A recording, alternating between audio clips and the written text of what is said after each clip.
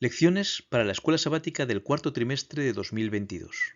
La vida eterna, la muerte y la esperanza futura. Lección 3 para el 15 de octubre de 2022. Comprendamos la naturaleza humana.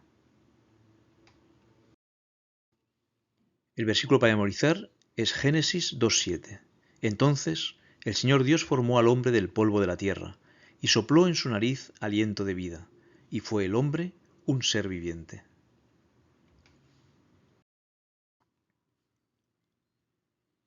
Desde su primera intervención en la historia humana, Satanás ha pretendido hacernos creer que no vamos a morir, sino que una parte de nosotros, el alma, permanece consciente cuando el cuerpo muere. ¿Esta declaración está de acuerdo con lo que la Biblia enseña sobre la naturaleza humana y la muerte? Veremos el proceso de la vida, un alma viviente. También el proceso de la muerte y el alma y la muerte y el espíritu. Y finalmente veremos qué ocurre más allá de la muerte. ¿Qué hacen los muertos? ¿Qué significa la expresión la reunión con los ancestros? El proceso de la vida. Un alma viviente. Formó pues el Señor Dios al hombre del polvo de la tierra, y sopló en su nariz el aliento de vida, y fue el hombre un alma viviente. Dios creó al ser humano igual que al resto de los animales terrestres, de la tierra. Entonces el Señor Dios formó al hombre del polvo de la tierra y sopló en su nariz aliento de vida, y fue el hombre un ser viviente. El Señor Dios formó pues de la tierra toda bestia del campo y toda ave de los cielos. Sin embargo, hubo grandes diferencias. Dios formó primero el cuerpo del hombre y luego le dio vida. Leamos nuevamente Génesis 2:7. Entonces el Señor Dios formó al hombre del polvo de la tierra y sopló en su nariz aliento de vida, y fue el hombre un ser viviente. Luego la mujer no fue creada en el mismo momento que el hombre, y de la costilla que el Señor Dios tomó del hombre, hizo una mujer y la trajo al hombre. Además, juntos eran imagen de Dios, y creó Dios al hombre a su imagen. A imagen de Dios lo creó, varón y hembra los creó. En el proceso de creación vemos tres elementos: cuerpo, espíritu y alma. Como leímos, formó pues el Señor Dios al hombre del polvo de la tierra, y sopló en su nariz el aliento de vida, y fue el hombre un alma viviente. Pero estos tres elementos, solo dos, cuerpo y espíritu, son parte de la naturaleza humana. No tenemos alma, sino que somos alma. El proceso pues de la creación, el polvo es el cuerpo, el soplo el espíritu, y juntos forman el ser vivo, es decir, el alma.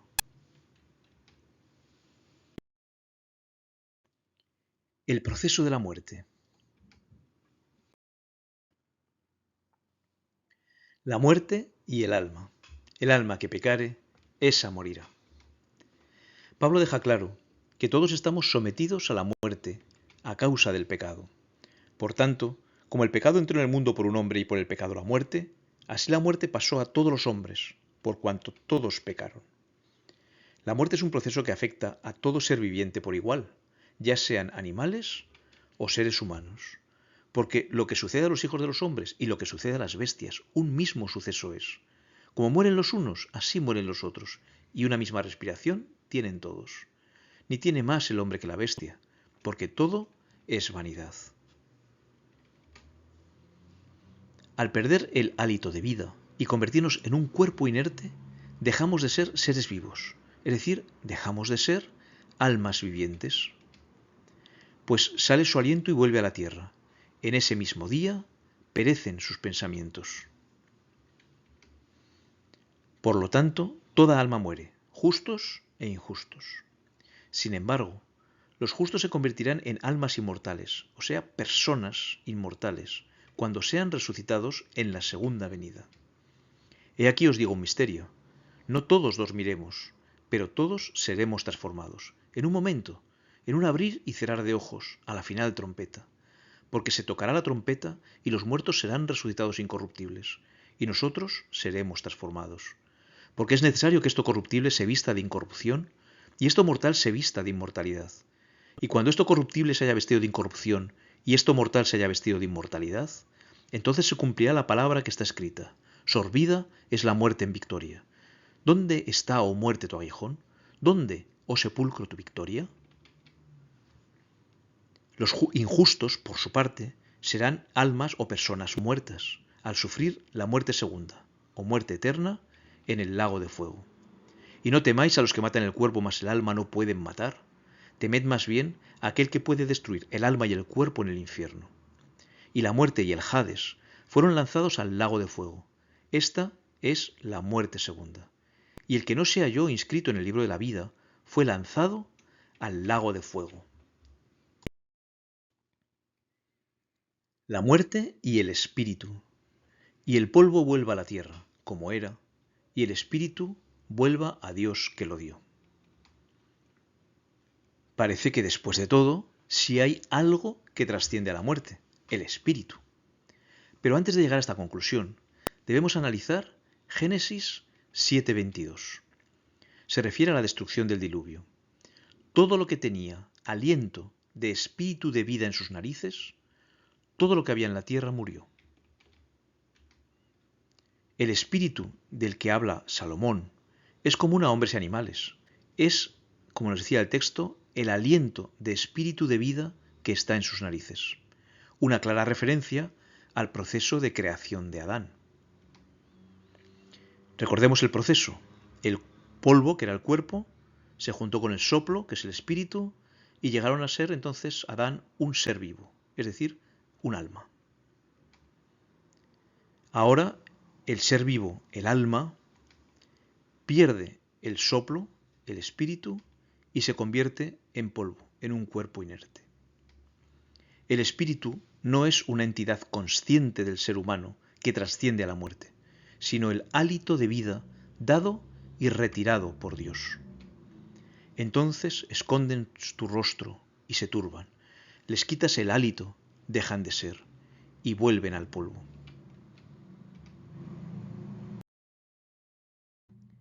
Veamos qué ocurre más allá de la muerte. ¿Qué hacen los muertos? ¿Qué dice la Biblia acerca de lo que hacen los muertos? Leamos Job 3:13. Pues ahora estaría yo muerto y reposaría, dormiría y entonces tendría descanso.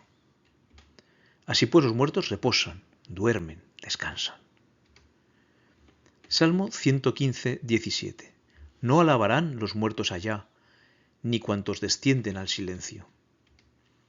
Por lo tanto, no alaban a Dios, permanecen en silencio. Veamos el Salmo 146:4. Pues sale su aliento y vuelve a la tierra. En ese mismo día perecen sus pensamientos. No piensan, por lo tanto. Eclesiastés 9:5. Porque los que viven saben que han de morir, pero los muertos nada saben, ni tienen más paga, porque su memoria es puesta en el olvido. Los muertos no saben nada. Veamos nuevamente ahora Eclesiastés 9:10. Todo lo que te viniera a la mano para hacer, hazlo según tus fuerzas, porque en el Seol a donde vas no hay obra, ni trabajo, ni ciencia, ni sabiduría. No trabajan, ni estudian, ni tienen actividad alguna. Qué aburrido es estar muerto. No hay existencia consciente. Cuando mueres, todo ha acabado. Solo silencio y oscuridad. Un sueño, aunque en realidad no eres ni siquiera consciente de que estás muerto. La Biblia enseña que la muerte es un sueño del que solo despertaremos para oír la voz de Jesús. Dicho esto, les dijo después: nuestro amigo Lázaro duerme, mas voy para despertarle. Dijeron entonces sus discípulos: Señor, si duerme sanará. Pero Jesús decía esto de la muerte de Lázaro, y ellos pensaron que hablaba del reposar del sueño. Entonces Jesús les dijo claramente: Lázaro ha muerto. No os maravilléis de esto, porque vendrá hora cuando todos los que están en los sepulcros oirán su voz, y los que hicieron lo bueno saldrán a la resurrección de vida, mas los que hicieron lo malo a resurrección de condenación. La reunión con los ancestros. Y durmió David con sus padres, y fue sepultado en su ciudad. La Biblia usa diversas expresiones para referirse a la muerte. Fue unido a su pueblo, durmió con sus padres. ¿Implica esto una vida social y consciente después de la muerte? Observa que David, aunque durmió con sus padres, no ascendió al cielo, sino que permanece en su tumba hasta el día de hoy. Como dijo Pedro en su discurso en Pentecostés: varones hermanos, se os puede decir libremente del patriarca David, que murió y fue sepultado, y su sepulcro está con nosotros hasta el día de hoy. Pero siendo profeta, y sabiendo que con juramento Dios le había jurado que de su descendencia en cuanto a la carne levantaría al Cristo para que se sentase en su trono, viéndolo antes, habló de la resurrección de Cristo, que su alma no fue dejada en el Hades, ni su carne vio corrupción. La misma expresión usada para la muerte de David se usa también para otros reyes, sin importar si eran justos o impíos. Así, 1 Reyes 14:20 nos habla del rey Jeroboam, un rey impío de Israel. El tiempo que reinó Jeroboam fue de 22 años, y habiendo dormido con sus padres, reinó en su lugar Nadab su hijo. Igualmente se nos dice del rey Baasa, otro mal rey de Israel. Durmió Baasa con sus padres y fue sepultado en Tirsa, y reinó en su lugar Ela su hijo. Y de Ezequías, un buen rey de Judá, nos dice que durmió Ezequías con sus padres, y lo sepultaron en el lugar más prominente de los sepulcros de los hijos de David, honrándole en su muerte todo Judá y toda Jerusalén, y reinó en su lugar Manasés, su hijo. Estas expresiones indican que todos terminaremos en el mismo lugar, la tumba. Seguiremos los pasos de nuestros ancestros, y ahí permaneceremos hasta el día de la resurrección. Tampoco queremos, hermanos, que ignoréis acerca de los que duermen, para que no os entristezcáis como los otros que no tienen esperanza. Porque si creemos que Jesús murió y resucitó, así también traerá Dios con Jesús a los que durmieron en él. Por lo cual, os decimos esto en palabra del Señor, que nosotros, que vivimos, que habremos quedado hasta la venida del Señor, no precederemos a los que durmieron. Porque el Señor mismo, con voz de mando, con voz de arcángel y con trompeta de Dios, descenderá del cielo. Y los muertos en Cristo resucitarán primero. Luego nosotros, los que vivimos, los que hayamos quedado, seremos arrebatados juntamente con ellos en las nubes para recibir al Señor en el aire. Y así estaremos siempre con el Señor. Por tanto, alentaos los unos a los otros con estas palabras. La Biblia enseña a las claras que los muertos no van inmediatamente al cielo. Se les representa como si estuvieran durmiendo hasta el día de la resurrección. El día mismo en que se corta el cordón de plata y se quiebra el tazón de oro, perecen los pensamientos de los hombres. Los que bajan a la tumba permanecen en el silencio. Nada saben de lo que se hace bajo el sol. Descanso bendito para los exhaustos justos. Largo o corto, el tiempo no les parecerá más que un momento. Duermen hasta que la trompeta de Dios los despierte para entrar en una gloriosa inmortalidad.